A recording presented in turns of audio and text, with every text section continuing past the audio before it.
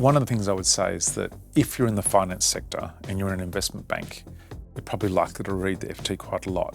In a firm like ours, where we have scientists, engineers, policy people, lawyers, we have a broad mix of people, the FT gives you an exposure to the finance sector and to the economics and to the global economy that you may not ordinarily get. So I think it's very important for people to have a broad range of access to information. We are running a business. The FT is about the global economy in which that business sits. And so I think for people to be able to draw on that information and get a broader perspective than what they may usually read is very, very important. I track some of the reporting on companies in the FT. So you might see an article on a particular company in the FT, for example, Northvolt and their switch to sodium.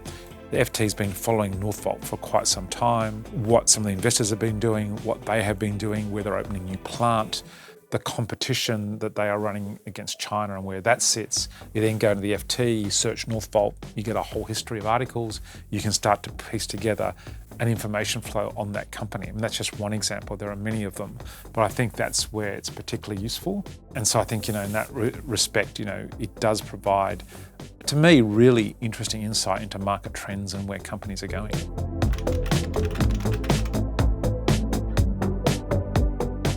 Comes down to I think in many ways the quality of the material that you refer to give you that knowledge base to give advice and to make investment decisions. I think the FT, like some of the other podcasts I read, is a really important part of that. And I think you've only got so many hours in the day. Getting rid of some of that information flow that's particularly unuseful is pretty important. And I think focusing on things like where that information flow is good is particularly important. I think people tend these days to perhaps rely too much on social media. And I've actually in the last year got pretty much off social media. So I just sort of tend to look a lot more at news sources and really good podcasts and stuff for information flow. I think that's been particularly useful, to be honest. In the Hillary Clinton election, many of my friends say to me, who are in the States, said, I was convinced she was going to win. I was always looking at my social media and, they're all living in a bubble of that social media flow of everybody who supports everything. That's quite a dangerous thing to do. And I think, not being caught in some sort of contained media flow. I mean, the FT will give you different views. You might not always agree with them, but you'll get a different view. When you are running a business or you have people in the business who are looking at different things in the world, information is key. And so getting information from different sources is very important. You learn pretty quickly what are the more reliable news sources and what are not. But I think that ability to compare news sources is also important because it does give you different perspectives and different journalists give you different perspectives.